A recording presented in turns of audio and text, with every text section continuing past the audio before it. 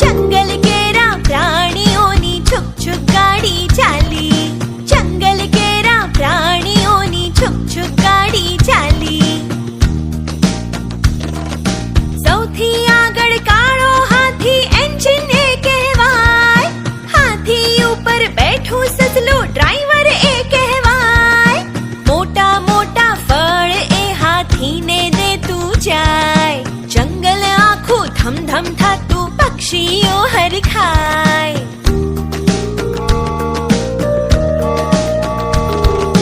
લાંબે ડોકે giraffe ભાઈ જંગલ જોતા જાય. વરુ અને શિયાળ એના પગમાં અથડાય. કાણી આંખે કાગડા ભાઈ જંગલ જોતા જાય. હરણ અને સાબરીએ તો ઠેકડા મારતા